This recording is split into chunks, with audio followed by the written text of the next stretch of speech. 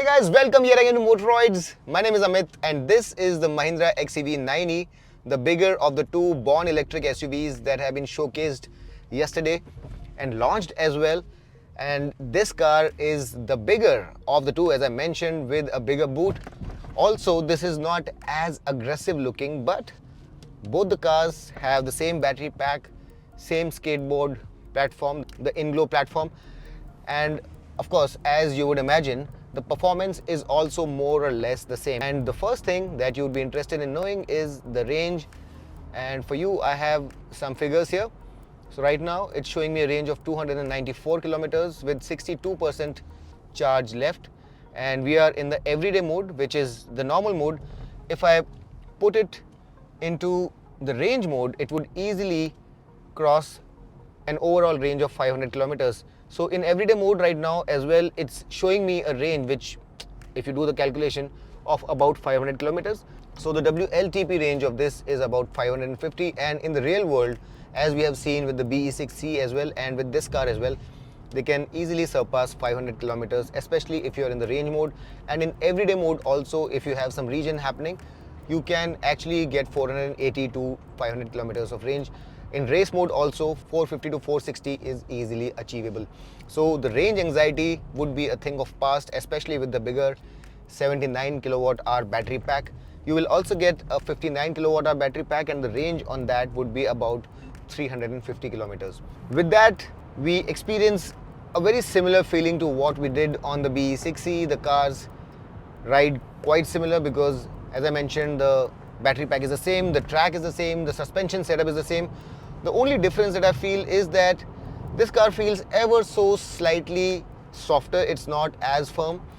And while the BE6C is slightly tauter, this one has a slightly wafty feel to it.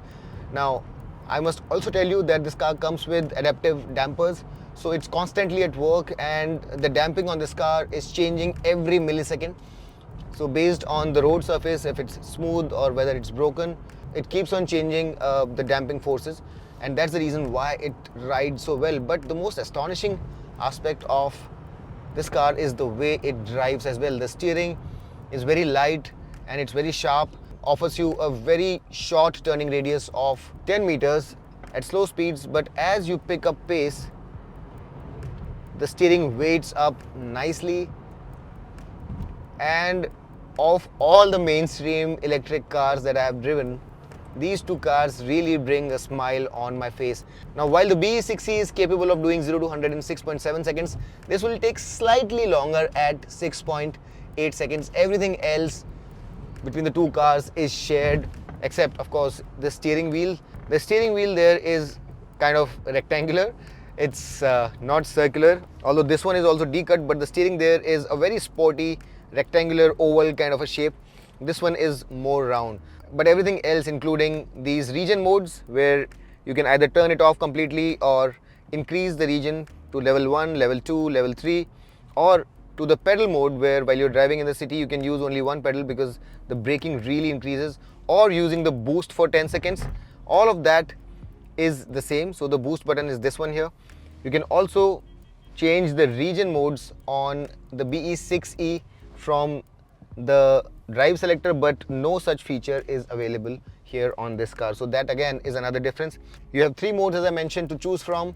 You have the everyday, which is the everyday mode literally, and you have the race mode, and you have the range mode, which enhances the range of the car as well. The AC on both the cars works fantastically well, and the insulation is amazing as well. The ride quality as well as the handling is fantastic, and being a rear wheel drive, you don't quite feel the torque steer that you typically feel on cars which have been turned from an ICE car into an electric vehicle. So this one drives a lot more naturally, feels a lot more fun, and the acceleration is very, very progressive. It's one of the best electric cars that I've driven, especially with the kind of price that this has been launched at about 21.5 lakh rupees or thereabouts. I really believe for the base variant, it's a fantastic offering. The audio system also needs a special mention. It gets 1400 watts of crazy output, 16 speakers, 15 channel amps, and the audio experience here is absolutely out of this world. If you have been impressed by the audio systems on the XUV 700 or even some of the Tatas, prepare to be completely shocked. This is a different experience altogether. All in all, while sitting here, you feel very comfortable. The view from the driver's position is very nice, and the ADAS works like a charm. It's an exceptional car, and purely from a driving perspective, I really think if you are a driver, or even if you are not an avid driver, you are just going to love being behind the steering wheel of this car or being in one of the seats. The features on this car, the comfort, the quietness, and the amenities are absolutely top-notch. So if you are willing to buy an electric car, you simply cannot give this one a miss. This really makes you feel proud for being an Indian, and when Mahindra says Unlimit India, they actually have taken this whole game to a whole new level. Alright guys, so that was about the drive part, and now let's also talk about the features and the differences over the BE6E as well.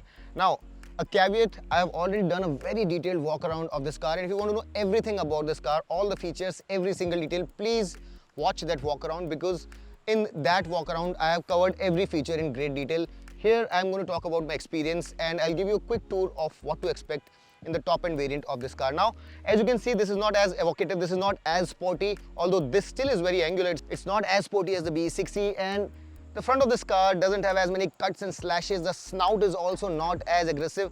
It's rather flat. The headlight shape is also very different, and the lights that you see here double up as the fog lamp as well as the high beam for this car, and this light that you see here is always lit. Underneath this bonnet, where you also have this Infinity Mahindra EV logo, you have 150 liters of space with illumination, and you also have some more space here. A lot of insulation. The lights, as you can see, have swipe out indicators. It comes with advanced radars and camera sensors. You have a 360-degree camera front unit here. The resolution could probably have been better. The lights and the wipers are all automatic. 20-inch wheels. They're different from the ones on the BE6E, and they are shod with 245 section rubber. This is an electric special tire. Again, the wheel arches here are not as squared off as the BE6E. The ground clearance is the same at 207 mm, and you also get this unique pattern. Again, the doors here are not as angular, as muscular, as slashy, as sharp as the BE6E. It has a more linear theme to it, although the door handles here also are flush fitting, and there is some cladding here which lends it an air of muscularity. Now, by itself, this car is not very conventional. This also is quite radical. It's a sportback kind of a coupe SUV shape, but in front of the BE6E, it looks rather modest. So in that sense, this also is a very good looking, not a very conventional car, but when you compare it with its smaller brethren, it looks a little bit more docile.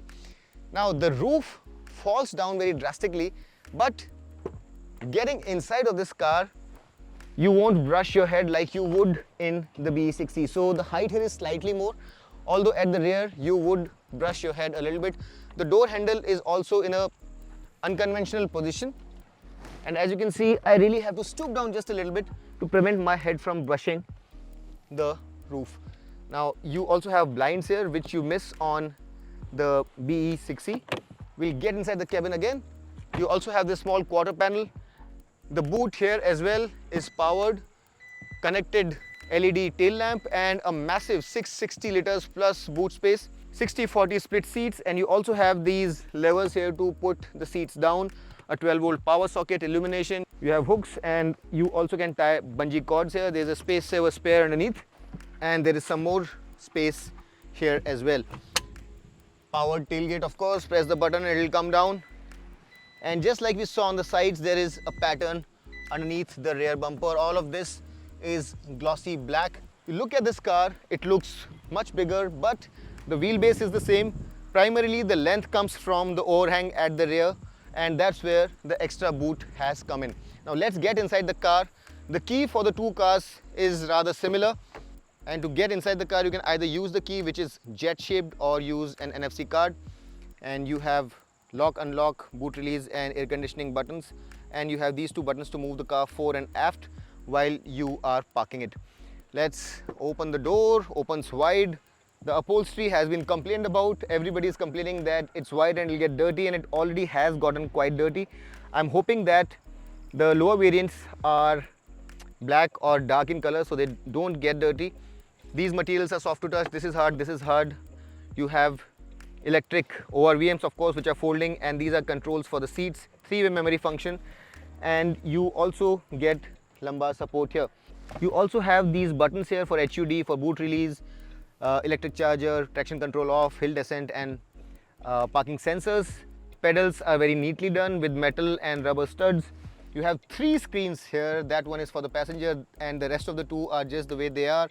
This is the instrument console and this one is for the infotainment. You also get the much talked about 1400 watt 16 speaker Harman Kardon system with Dolby Atmos. Absolutely rocks it. Fantastic sounding system. You can see our reels on Motorides India Instagram where we have talked about all the features individually as well. Some storage space here. You get 1 wireless charger here unlike the BE6e, and 2 USB-C sockets. This one is for the USB, as in you can use this for your data, movies, music, etc. Then you have the familiar dial for your modes as well as for the functions on the exterior and the interior. Everything is available at the touch of a button. You go to home and you have everything laid out rather neatly. All the menus are here, and you have Alexa, auto park function is there. There's a 360-degree camera, and you have views of the front, rear, 4 wheels, and a 3D view. It's a very advanced camera, but the resolution, as I mentioned, could have been better. Wireless Android Auto, Apple CarPlay. Apple CarPlay is not functional right now because this is a beta unit. And Groove Me is a function which allows the music in parked state for the car to play lights up front and at the rear. So using the headlights and the fog lamps and the tail lamps, the car plays music in its own way and it kind of dances. So it's really nice. It puts up a show for you. Secure 360-degree allows you to have a look at the camera from all 4 sides, and right now it's not functional, but all the 4 cameras act like surveillance camera for your car, and if someone is approaching your car or trying to steal your car or harm your car, you'd be able to have a look at it. And you can also have a look at what's inside. You can take selfies. So all of these features are there, and they're features which generally are not there in some other cars. You also get moods where you can either be in calm mode or cozy or club mode. The seat settles down in a different state in every mode, and the music plays in a different manner, and the ambient lighting is also set to a different tone. Now the sunroof is panoramic, and here you have lighting as well. As you can see, these patterns light up and you can choose any one from 16 million colors. All of this has been told to you in my earlier walk around as well. You have an HUD with augmented reality support. All of that is absolutely fantastic. Auto dimming mirrors. There's a camera inside. This armrest with some space, and this is cooled as well, so you can put in a beverage or what have you. You can put in a beverage to keep it cold. You have 2 cup holders, and the seats are also ventilated. Now you don't have physical buttons here to cool the seats, but the feature is definitely there. You can choose it by going to the climate menu, and as you can see, you press this button, the climate menu comes on, you expand it, and here you have the seat ventilation feature as well. This gets an air purifier. It gets 7 airbags in the top end variant. The battery has been tested for nail piercing, for submerging underwater, and for crash and all sorts of things. It has been thrown from about 200 feet, and this car is essentially designed to score 5 stars in the NCAP rating. So you can be sure that just like all the other modern Mahindra cars, this car will also come out with flying colors in the global NCAP crash test. So the cabin here is well appointed. There are soft to touch materials. This is hard plastic, but these materials are soft to touch. The steering here is not the oval / rectangular steering that you have in the BE6e. Here it's more round with a flat bottom. It's again the 2-spoke unit, and here you have the recuperation control. This is the boost, and this is a single pedal drive option. All in all, it looks nice, but I personally like the cabin of the BE6e better. It looks more funky and it has more character to it. Also, all of these recuperation modes can be controlled via the drive selector on the BE6e, not here. The drive selector itself here is not as chunky to hold. It's small, but it has a character of its own. It's very compact and looks and feels very modern as well. The car comes with an auto park function, and these buttons can allow you to get off the car and move the car forward and backwards using these two buttons. Time now to get to the back seat and see whether we have slightly more space or comfort as compared to the BE6e. And the door opens quite wide, soft to touch materials. You have these blinds. You don't have a strap like the BE6e, you have this chrome door pull. You have piano black here, space for a full 1 liter water bottle. And when you get here, you'll realize that there is ample thigh support. The seat is slightly high set, but it's not very inconvenient to get in. Headroom is not too generous, and if you're a 6-footer, there would be a bit of an issue. But the big advantage here is that the seat reclines all the way back, and that makes it more comfortable. So A, you have more boot space, and B, you have this recline function on this car. So if you have a big family or you want to be primarily chauffeur driven, because the suspension on this car also feels slightly softer as compared to the B. So if you want to buy a car for being chauffeur driven, then this car would be better for you. It also feels a little bit wider to me while being seated here. A central armrest with 2 cup holders, individual 3 headrests, all 3 3-point seat belts. You have reading lights, you have this handle, a coat hook, magazine holders, 2 Type-C USB sockets, and you also have this socket if you want to install your entertainment for the rear passengers. Rear AC vents, some space for a wallet or a cell phone, and you actually can seat 3 in comfort here because it's all flat, there is no hump here. So you can use the seat for short to medium and even for long journeys also if you want to seat 3 here. The only condition is that the 3 people should not be too tall or their heads will brush with the roof, and they should not be too well built also. For 3 average people, you actually can use this car for medium to long journeys as well. It's very comfortable too. So no complaints whatsoever, except for the fact that if you want to be chauffeur driven and if you're very tall, then your head is going to be brushing with the roof. Before I leave, you also have this lever. You can pull it to move the seat back and forth. Once you do that, you have tons and tons of leg and knee room too. Now this car is massive. This is really huge. This is a lot bigger than the BE6e, and if you compare it with the likes of say the ZS or the Curve, this is actually a much bigger car. And at 21.9 lakh rupees ex-showroom for the Pack 1, which is the base variant, I really think it's a fantastic proposition because it does come loaded with a lot of tech even for Pack 1. And even if there's a delta of 5 or 6 lakh rupees, I think that Mahindra is offering fantastic value for people, because if you compare the battery size, even bigger cars like Ioniq 5 don't have as big a battery pack as this one, so they're really offering a fantastic value.